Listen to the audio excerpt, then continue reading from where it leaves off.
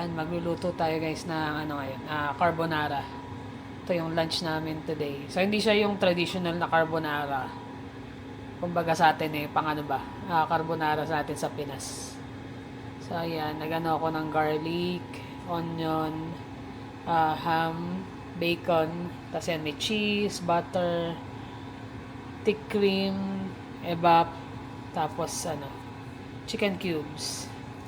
So, ano ko muna yung fats nung bacon. I-render ko muna para magmantika siya. So, tatanggal ko yung mantika after. Kasi nagbo-boil na rin ako ng water para sa pasta. So, yan. Lagay na natin yung bacon.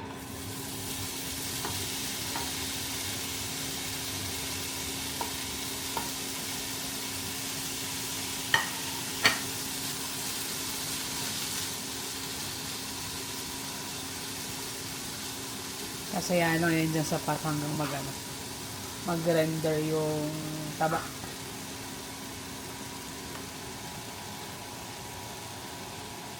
So, yan. Boiling na yung natin. Water. Yung water ko pala nilagyan ko siya ng salt. Pero hindi ko na siya nilagyan ng oil. Salt lang. Tapos, gamit ko is spaghettini. Iba gumagamit ng linguine, pero mas gusto kong gamitin spaghettini sa sa carbonara.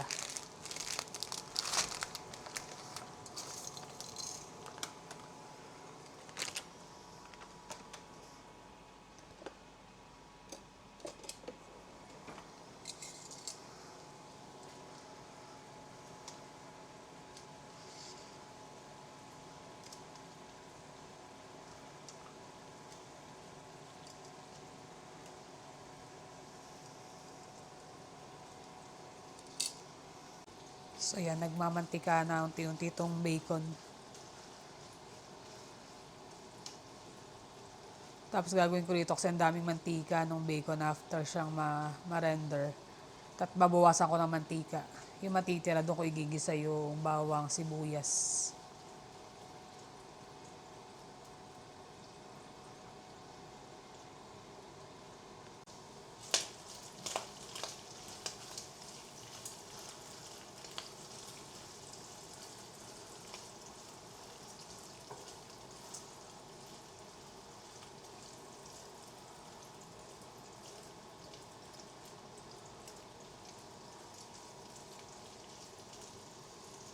So yan, natanggalan ko na siya ng extrang taba yan. Dami. Konting bacon lang yun So, yung natirang konting mantika galing sa bacon, dadagdagan ko yan ng butter. Konting butter lang. Tatalsikan na yung natin. Lagay ako ng garlic.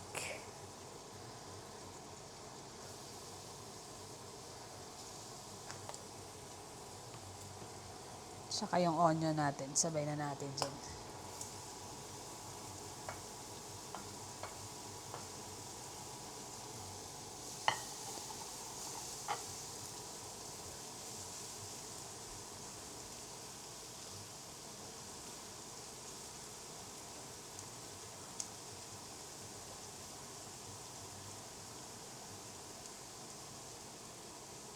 Yung pasta natin boiling na. Malapit na rin maluto yun.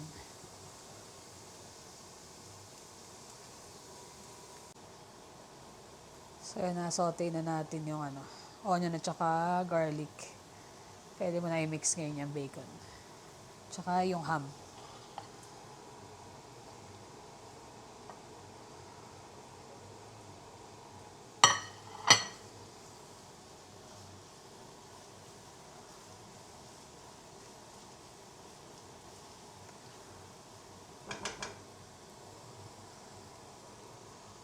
Sagay na rin natin yung chicken cubes. Isa lang muna. Yung isa mamaya na. Para malasahan muna kung okay na. Baka medyo maalat. Kasi diba yung bacon at saka ham, medyo may alat na yan.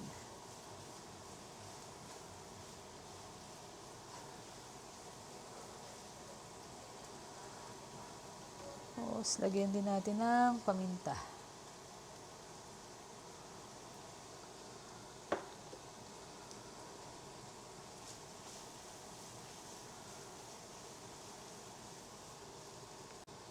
So, yan. Lagyan na natin yung evaporated milk.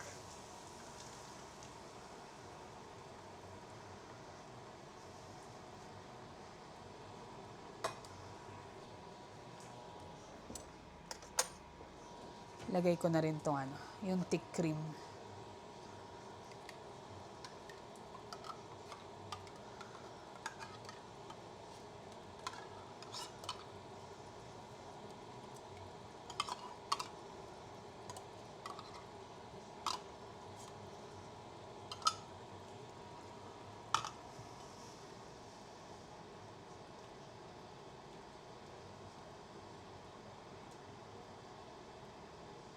Tapos, pangpalapot ko lang is cornstarch. Dadilute ko sa tubig.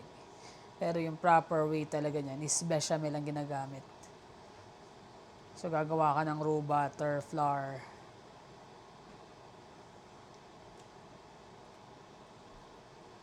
Pero ito dahil nga sa atin, hindi na kailangan. Ano lang, slurry. Cornstarch at saka tubig lang.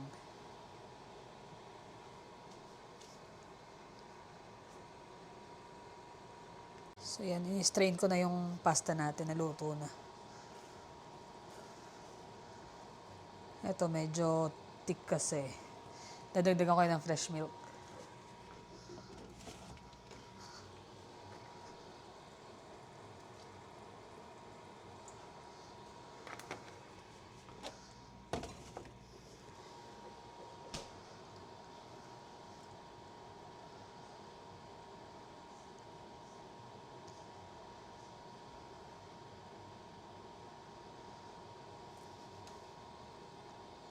Tapos lalagyan ko rin siya ng cheese. Pero ito hindi ko nakakadka rin. Diretso na.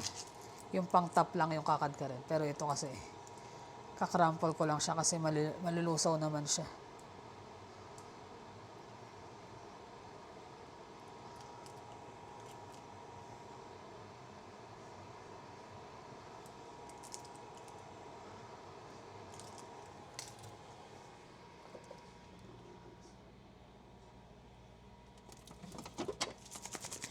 Tsaka dagdagan din natin siya ng parmesan.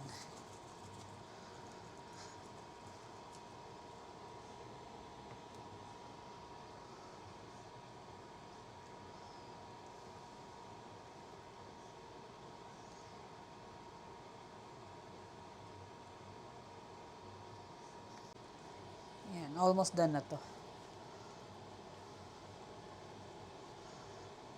Pero syempre, tikman muna natin.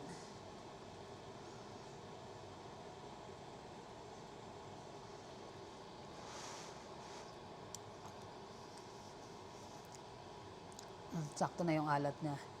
Tsaka yung linamnam. Medyo thick na siya dahil nga gumamit ako ng thick cream. So, papalaputan ko lang siya konting-konti lang.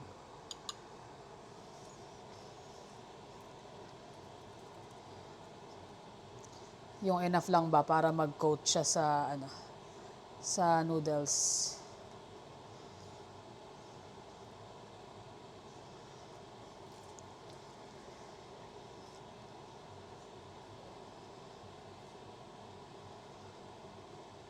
Sakto na yan.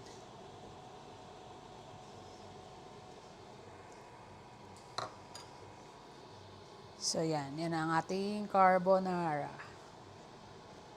Pag mabilisan lang ba gusto nyo gumawa ng mabilis na tanghalian o hapunan, merienda pwede din. Tapos syempre, prepare natin, gagawa tayo ng garlic bread.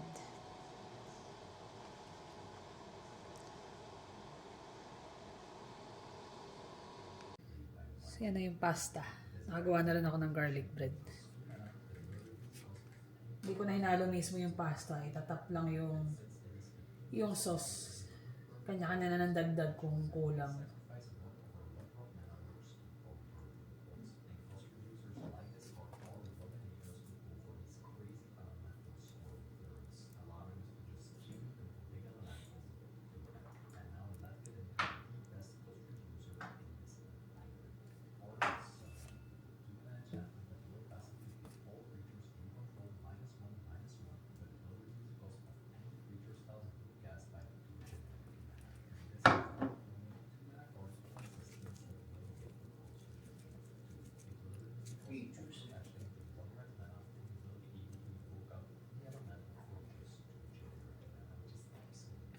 So, ayan.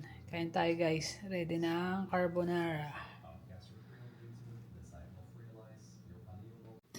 Yan, kain hanggat mainit. Ang parang kala mo ang liwa-liwanag sa labas pero dahil nga puro puti kaya maliwanag. Pero yung mahangin at saka gloomy sa labas eh. Parang nakakatamad lumabas. Bili daw kami ng Epsom salt mamaya eh. Parang wag na lang kaya. Parang next week na lang. Dati sabi ko sa kanya, dati yung yung ganyan lamig, wala lang, sige labas tayo. Pero ngayon pag tumatanda ka na eh. O lalo dahil sa ulo ko, paglabas mo ramdam na ramdam eh. Kahit takip yung ulo mo, baliwala. Ano, sarap ba? Ah. Kagabi pa yan eh, sabi ko gusto ko magpasta. Sabi ko kain tayo sa Boston Pizza. Lamig na eh. Sabi ko wag na, alam ko na isasagot mo. Mas masarap pa kapag lulutuin mo. Yung lagi sagot niya eh. Ayun, tinawag na ni Jermaine si kuya niya. Tulog pa eh. Dumadaing pa ba siya na masakit? Minsan na lang po talaga. Sabay tayo. Busy pag nguya eh. Busy ka sa kain ah. Palakas ka ah. Ame? Hello? Dead ba? Kami, ka. Busy eh. Teka, kain ng kain eh. May pandesal na kasi. Okay ba yung foam na nabili? Ikakabit pa lang po namin. Pero okay po yun kasi yun po talaga yung pinapalit na foam dito. Makaman yung niya, yung pakiramdam niya, sinisipon pa. Hindi na po. Pero minsan sinusumpong po siya ng ubo. Pero hindi na po malala. Malamig dyan ano? Sobra po. Sobra? Yung tubig parang di mo na kailangang anuhin eh. Ganon? Sobrang lamig ano? Parang mga mga 20, ganyan, 19, hindi naman. Hindi naman po. Pero syempre, Pinas hindi sanay sa ganung lamig. Hmm. Pero ang lamig po. No, may At least hindi kayo papawisan na. 5 seconds. Tawag ikaw. busy Kamusta eh. ka daw? Kamusta daw pakiramdam mo? Patango-tango lang eh. Dito ho? May masakit ba sa'yo? May masakit sa'yo, ma? Anong masakit? O meron, okay po. Okay po. Ay, nako. Pero, Ayaw, yeah. anong balita sa'yo, ma?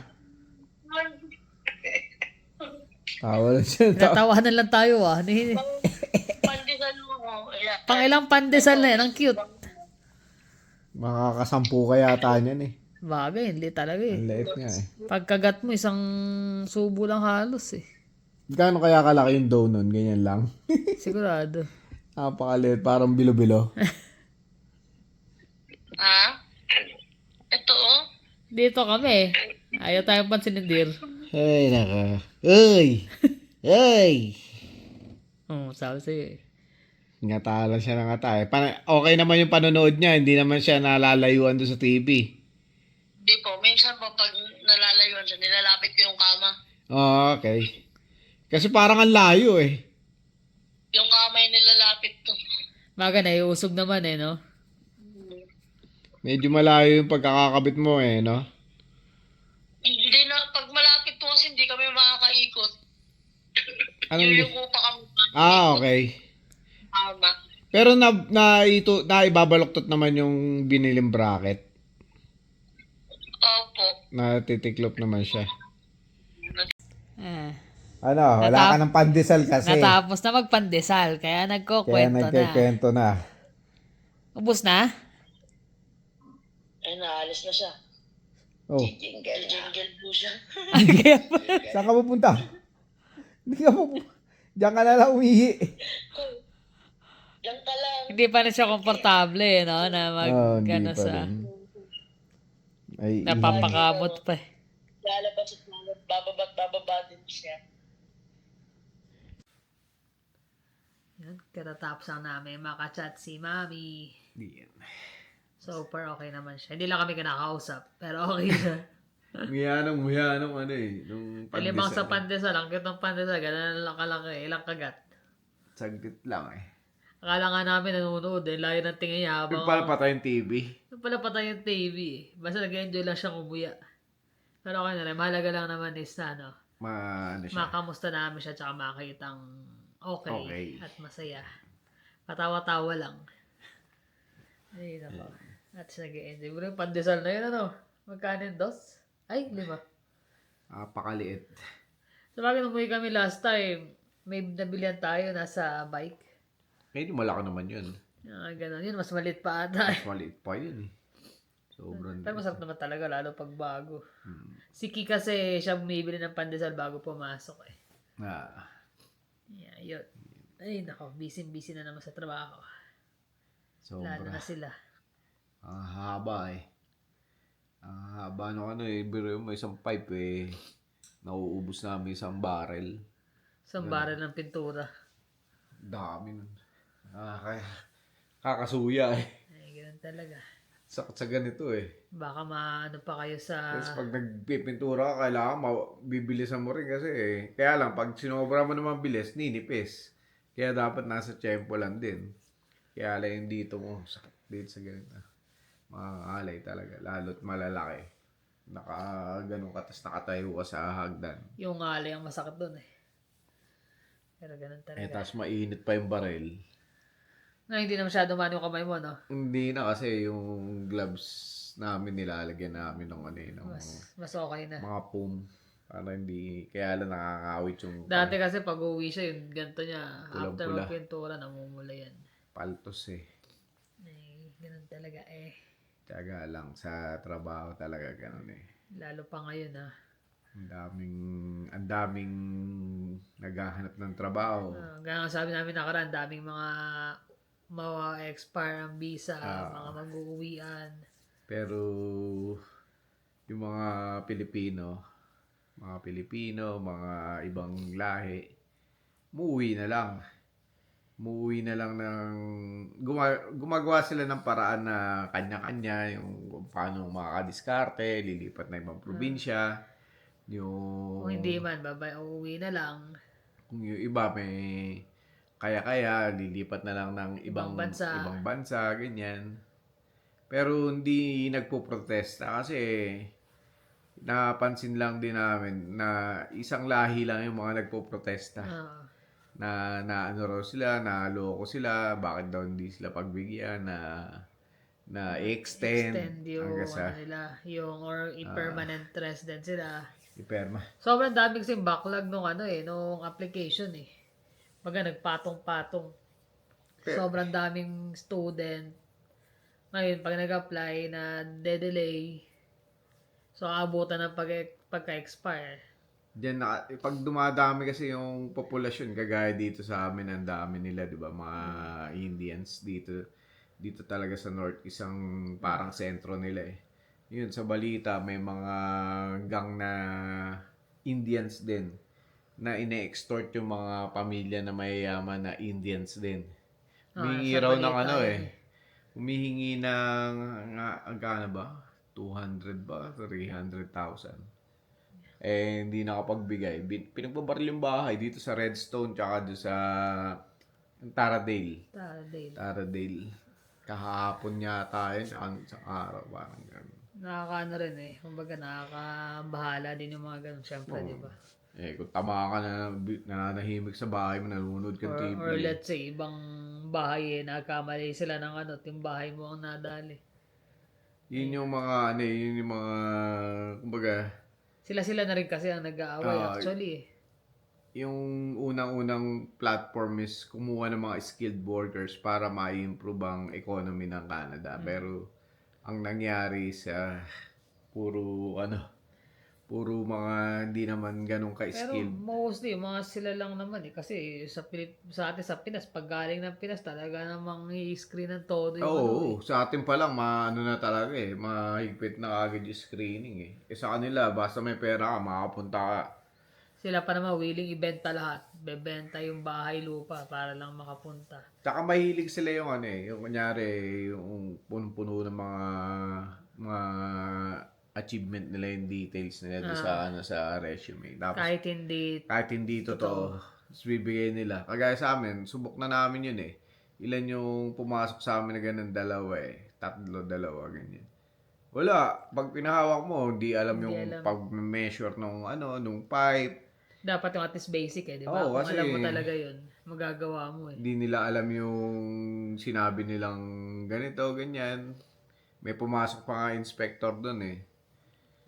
Tiga rito, na-hail din yung kotse niya eh. Tapos pinalitan niya Saglit lang Tesla. yun eh, no? Oo. Wala, hindi palpak eh. Inuutusan pa yung mga matatagal na ron eh. Yung matatanda pa yung inuutusan. Yung mga doon na tumanda lahat yun. Hindi mo basta mapapano yun. Hindi, como inspector siya eh. Inspector, hindi ka naman sinabing supervisor ka o manager ka. Inspector ka lang. Tsaka hindi, nakaraan, di ba? May mga nasa airport to airport, ilang daang estudyante galing. Hindi yun. Pagdating yung credential nila, mali. Tapos Peke. pare-pareho yung ano. Tapos yung yung letter na galing sa ano, letter of intent yata yun. Parang pare-pareho sila. So, iisa yung gumawa. Kasi yung agency, isa lang. Tapos pinalitan lang ng mga mga pangalan. pangalan. Ay, naka. Mahirap mandaya ng ganun sa mga Di balik papel. sila. Ngayon, nagigipit Kaso na. pag yung mga nakalusot, wala na. Dito na yun. Hindi mo na maano yun. Kumbaga, darating at darating din naman yun. Pero, hindi pa ngayon. Sa amin nga, yung mga driver ng truck, di ba nagigipit ang Alberta ngayon nung sa tracking. Maraming mga chinecheck dito nga lang sa Calgary, ilan yung tracking na pinasara nila eh. 2-3 yata. Tapos nag-check sila ng mga Talagang ano, kung talagang legit yung mga lisensya, ganun. Inaharang sa may, dun sa may amin dun. Dami kasi truck dun, inaharang nila. Ngayon, yung mga nagdi-deliver sa amin ng mga tubo, tsaka mga kumukuha ng tubo. Ano na, dati puro halos karamihan Indians. Ngayon, hati na halos Hindi ko konting-konti pwede na talaga. lang yung mga Indians ngayon na nagde-drive sa amin ng truck. check mabuti eh. Chinecheck na nila ngayon yung Tama credentials naman yun mo. kasi, yung, lalo pagka driver ka, syempre safety nung nasa sa kalsada, di ba? Oo. Ilan na ba yung na-aksidente rito na truck? Nakakabangga. At least sa US may justice system na pine-persecute yung mga ganun. Dito sila pa yung nagdidikta eh. Na Tsaka nakakapag-bail mostly yung sila mga, ganyan. pati, sa mga registry, yung mga nag-ano exam sa road test. Ayun. Usually, makakalaay din nila. Kaya Kaya saglit lang. pasado ka agad. Di ba? Ay, naka. Okay lang sana kung ano lang kung ano lang yung dadrive mo, malilit na sasakyan. Hindi, truck yun eh. Tapos sa city ka magdadrive, Di ba magde-deliver. may sa CBC marketplace, parang in-expose nila yung mga bumibili ng lisensya. Ay, naka. Nakawin na itong isa. Galing. Galing. Cards. Kain na. Kumain ka na. Hindi ka naman kumakain ng isda. Ulam kasi namin ngayon, isda. Munggo tsaka isda. Sarap nga, na daing na bangus at saka munggo. Ay, naka. Ayun. Sana may mangyaring pagbabago. Actually, ganyang gabi na to meron merong sign up sa may Big Four, di ba? Ang dami. Alberta lang ngayon. Ang kailangan magbago. Buong Canada. Diba? Hindi, dapat kasi hindi na hayaan nila na umabot pa sa ganong punto na umiwalay ang Alberta sa Canada. Tama. Dapat solusyonan na nila. Bigyan na nila ng pansin yung mga nangyayari. Malaga yan eh. Kasi economy lang eh. Tapos, ano yung kaya si Carney? Mag-ano ng GST rebate. Rebate. Dahil sa mahal na rin ng grocery. Hindi naman lahat ang makakuha na niya. Low income. Mga low income, tapos yung mga hindi talaga citizen nang makakakuha. Yung mga Paano student naman din, di ba? pare-pareho nga gumagastos ng malaki sa grocery. Mas sa malaki bilihin. nga yung binabayad natin mga tax, yung mga malalaki yung... Tagal na rin eh. Tagal na namin walang mga ganyan. GST, mga rebate. nangaano siya yung, kumbaga, binubola niya yung tao, baka makuha pa sa ganun.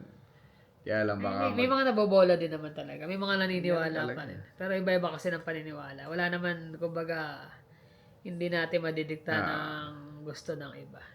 Kaya lang, Paniniwala namin is iba. iba-iba yan eh. Siyempre na ano rin sa sitwasyon yan eh. Kaya lang, syempre, yung mga nakapesto na at maganda na yung, syempre, ayaw na magkaroon ng pagbabago, di ba? Nakapesto na eh, maganda na Kasi yung, kami sa amin, yung para sa mga future na ng mga bata, ah, na maging maayos ang lahat. Kami Kasi na- kami, kahit ano-tano yan, kahit pa laban. paano, stable naman na kami dito eh. Yun yung kaya lang, syempre, yung mga kagaya nga ng mga bata, di ba? Gusto rin namin magkaroon sila ng mga sarili nilang bahay, ganyan. Maayos na trabaho. Yun lang naman kaya nga, unang-unang kaya rin nagpunta rito dahil doon.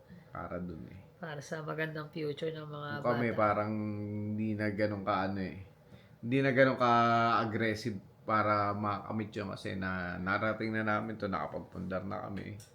Kumbaga parang na-prove mo na eh. Sana doon sa age na ano eh. Kumbaga nga sa stable na nga. Pero dahil nga sa economy, syempre, mahirap pa rin pakasigurado, di ba? So, hopefully, maging maayos ang lahat. Yun lang naman na aming kahilingan. Kahit sino pa yung mamuno dyan sa... Kasi kahit kung ano mang ano yan, basta mailagay lang sa ayos. sayang kasi yung Sayang ang Canada pa. Canada. Ganda kasi Nakakapanghinayang sa laki ng naging pagbabago. nagiging corrupt na, nagiging marami. Okay sana yung pagbabago na pataas eh. Pero yung pabagsak parang nakakalungkot din eh. Siyempre, ilang taon na naman kami nakatira dito. Nakita namin yung ganda ng Canada, tahimik, tapos unti-unting nagbabago, di ba? Ayun. Wala. Basta kami lang, dasal lang na maging maayos ng lahat. Mas gumanda kahit papaano. Magkaroon ng konting pagbabago, unti-unti. Darating yan, alam ko, magkakaroon yun. Hindi pa Hindi lang, man ngayon. pero alam nila yan, kahit yung mga true-blooded Canadian, alam nila na nagkakaloko-loko Yung na. mga born and raised dito. Ayun lang naman guys, na-share lang naman namin sa inyo. Tsaka nga, konting clip na kachat si Mami. Para naman sa mga nangangamusta rin kay Mami, makita nyo rin siya. Which is lagi naman siya nag-share sa sa Facebook namin ng ni Mami. So, paano guys? Thank you for always watching. See you in the next vlog. Bye.